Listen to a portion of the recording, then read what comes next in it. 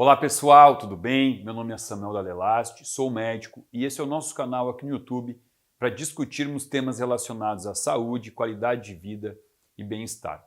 O penúltimo vídeo que eu fiz aqui nesse canal, eu falei sobre a questão dos alimentos industrializados e o quanto que os alimentos tentam nos enganar, omitindo informações muitas vezes necessárias e o quanto isso pode impactar na nossa saúde. Eu percebi que isso reverberou muito positivamente nos comentários e, portanto, resolvi então trazer aqui um vídeo hoje explicando um pouco de como esse processo foi acontecendo, o porquê é que ele foi acontecendo e também falar sobre coisas que muitas vezes não estão omitidas, estão ali. A gente pode ler no rótulo e coisas que a gente deve fugir sempre que possível para fazer com que a nossa saúde seja cada vez mais beneficiada com escolhas saudáveis. Para isso, precisamos parar um pouquinho, refletir e reavaliar o caminho que foi acontecendo quando comparamos o estilo de vida, como era a nossa família. Eu vou falar por mim, tá? Por mim. Eu me lembro que eu fui muito criado com a minha avó. Eu adorava dormir na casa da minha avó. Então, no mínimo, uma vez por semana, eu dormia lá, eu acordava lá e eu participava, junto com ela, daquela festa que era fazer a comida, né? Eu sou filho de italiano, então sentar na mesa e comer sempre foi uma coisa muito ligado à reunião da família. E realmente, meus tios todos que trabalhavam próximo à casa da minha avó iam para lá para almoçar tudo em família. Então, a minha avó começava a preparar a comida por volta das 10 horas da manhã. Ela picava o tomatinho, ela picava a cebolinha, refogava aquele molho de tomate. Ela ia então botando muito amor, muito carinho nessa comida que ela levava de 2 a 2 horas e meia para preparar. A minha mãe fez isso também por algum período. Até os meus 10 anos de idade, a minha mãe não trabalhava. Ela ficava em casa, preparava comida, assim como a minha avó ensinou ela. Aos 10 anos de idade, a minha mãe ela resolveu que ela ia para o mercado de trabalho, que ela ia então ajudar na captação de recursos financeiros para a família. O que aconteceu? Obviamente, a minha mãe então trabalhava até 15 para o meio-dia, ela saía do emprego dela às 11h45 e ela voltava para o emprego dela à 1h30 da tarde, às 13h30. Ela já teve, então, que partir para uma outra opção de alimentos. Já não daria mais para ficar 2 horas lá na frente do fogão preparando a comida. Então, ela já teve que partir para um alimento mais prático. E essa praticidade, a gente vem vendo que ela vem crescendo. Antigamente, quando eu era criança e eu ia no supermercado, legal, tinha lá molho de tomate na prateleira, pronto, né? Tava prontinho. Hoje, quando você passa na parte de molhos, você vê que já não é mais uma prateleira, é uma gôndola inteira e gigantesca só de opções de molho pronto que você tem, né? Você tem o molho madeira, o molho 4 queijos, o molho branco, o molho de nata, sei lá, é uma infinidade de molhos prontos. Eu só estou usando o exemplo do molho. Porque a indústria ela foi vendo que existia uma brecha para que ela pudesse ir inserindo cada vez mais alimentos que pudessem ser práticos, porque a mulher ela cada vez mais deixou a cozinha. Isso não tem nada a ver com feminismo, com machismo, qualquer coisa dessa. Eu acho que é muito lindo, muito bonito a gente poder ter hoje homens e mulheres trabalhando de igual para igual, ocupando cargos iguais, salários iguais, mas não podemos negligenciar que isso fez com que a mulher tivesse que, cada vez mais, buscar alternativas práticas para poder fazer em 15 minutos o mesmo almoço que antes ela demoraria 1h30, 2 horas para poder preparar. Só que com isso, os alimentos, então, para atender essa praticidade, eles tiveram que ser modificados visando cada vez mais durabilidade na prateleira, né? Que é o que a gente chama hoje do shelf life, né? Que é o tempo de vida de prateleira do alimento. O alimento hoje ele é interessantíssimo para o consumidor quando ele atende a essa validade, durabilidade estendida. Porque aí também não precisa mais ir no mercado todo dia, toda semana. A gente pode ir uma vez por mês no mercado e comprar produtos alimentícios que vão ficar na prateleira durante muitos e muitos dias na nossa prateleira de casa, né, na nossa despensa, sem estragar. E veja o que eu falei, produtos alimentícios. A gente já não está mais falando de alimentos, né? Os produtos alimentícios, eles carregam aditivos alimentícios. Então, o que são os aditivos que são colocados na nossa comida? Por definição, o aditivo é toda substância que não é colocada com o intuito de melhorar a nossa nutrição, de melhorar a densidade nutricional do alimento. E sim, ele vai estar interessado em manter uma cor mais bonita, né? Os corantes.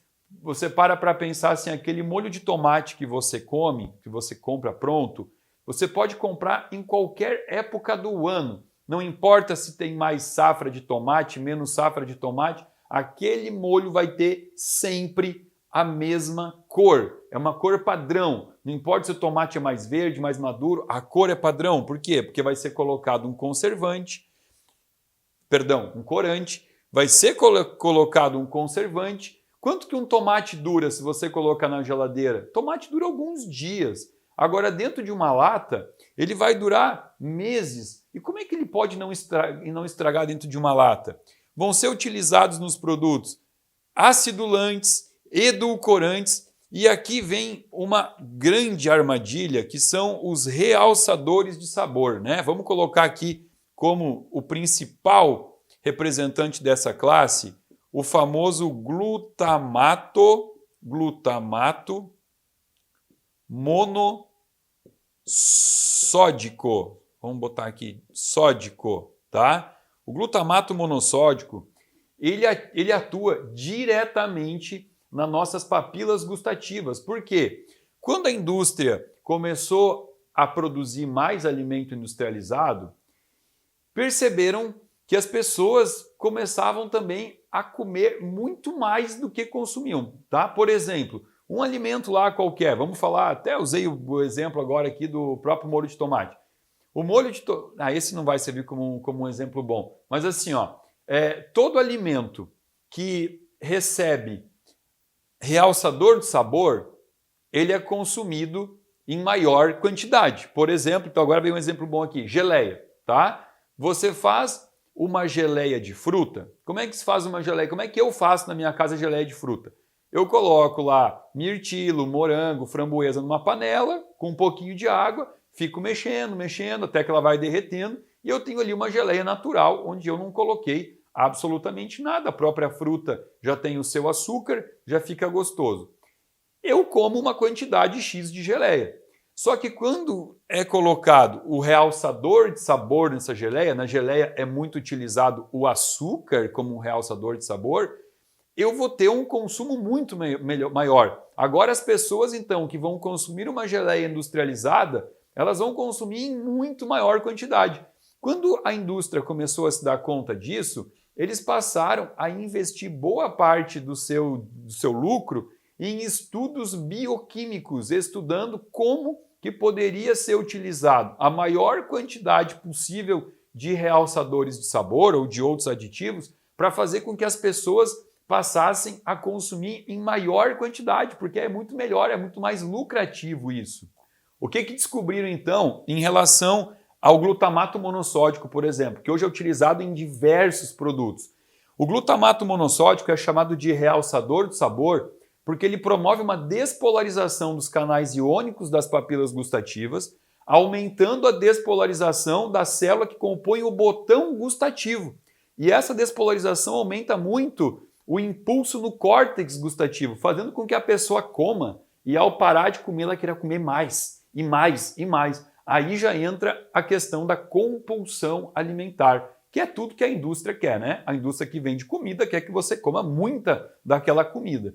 Então é importante entender isso, porque aí já também começaram a entender que existe uma compensação muito grande dessas papilas quando você coloca o doce com o salgado. Você mantém essa despolarização mais tempo aberta, né? Então o que você vai encontrar? Nos alimentos doces, você encontra sal. Nos alimentos salgados, você encontra o doce, né? Por exemplo, você pega um molho de tomate, você vai ver que ele vai ter açúcar.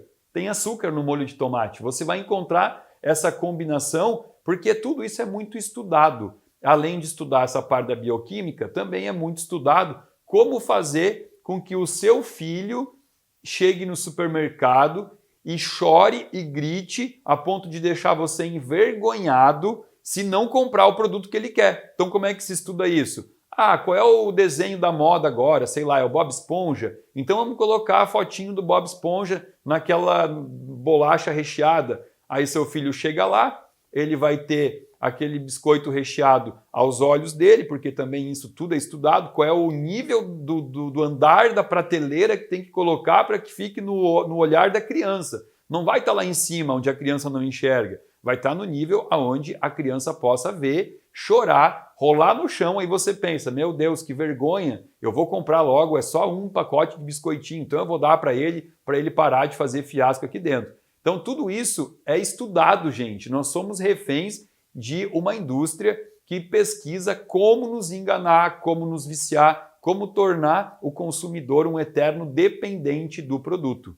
Para poder fazer com que o alimento dure muito tempo, nos alimentos nós temos bactérias, né?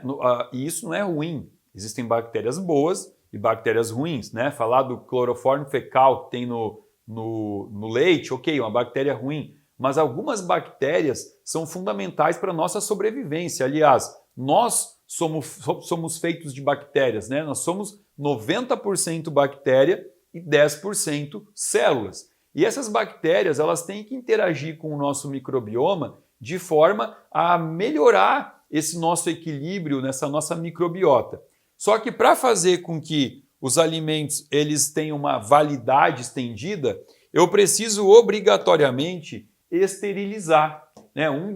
Das formas mais fáceis de esterilizar alimento é a própria pasteurização, descrita por Louis Pasteur, né? Foi o papa da pasteurização, e a partir daí muitos alimentos começaram a sofrer o processo de esterilização, o que faz com que ele se torne um alimento vazio para o nosso corpo, né? O contato, a interação com as bactérias, volto a dizer, bactérias boas, é fundamental. Isso faz parte da interação do alimento com o nosso corpo. Então a gente já tem aqui a questão negativa dos aditivos, a questão negativa da esterilização e, como eu gosto muito de falar aqui sobre algumas frases que simplificam a vida, uma frase que eu muitas vezes já usei nos meus vídeos é o seguinte: descasque mais e desembale menos a comida.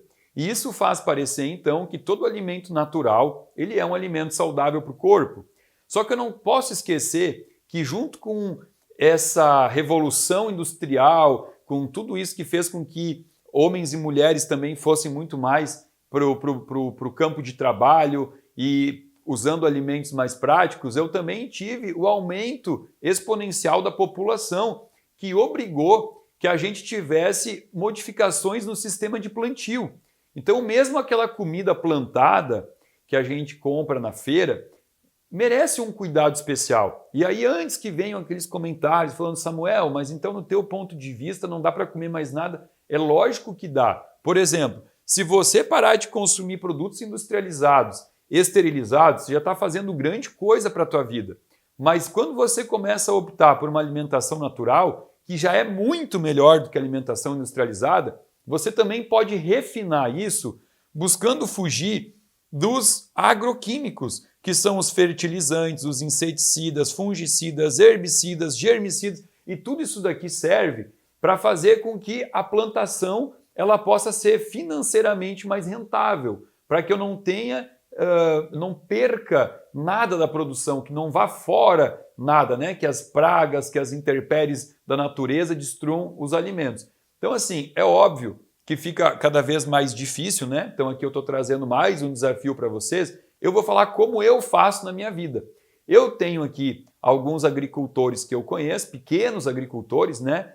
Que trabalham com a sua hortinha lá e que fazem a feira orgânica da minha cidade. Eu tenho o contato desses agricultores. Um deles é o Guido. O Guido, ele é um defensor, levanta essa bandeira de que o alimento pode e deve ser produzido sem transgenismo, sem defensores agrícolas. Óbvio que essa cultura de uma plantação sem produtos químicos, ela requer habilidades, requer um pouco de conhecimento. Alguns produtos têm que ser plantados dentro de estufa, mas existe como. Eu fui atrás, eu pesquisei, posso estar sendo enganado, né? Posso, as pessoas podem estar me enganando, mas a probabilidade de eu estar sendo enganado é muito menor do que se eu estivesse indo em qualquer supermercado comprar qualquer alimento, qualquer tomate, qualquer cebola, sem ter essa preocupação que hoje eu tenho. Então, eu fiz a minha parte, eu estou indo atrás, eu busco comprar alimentos naturais realmente de pessoas que tenham essa preocupação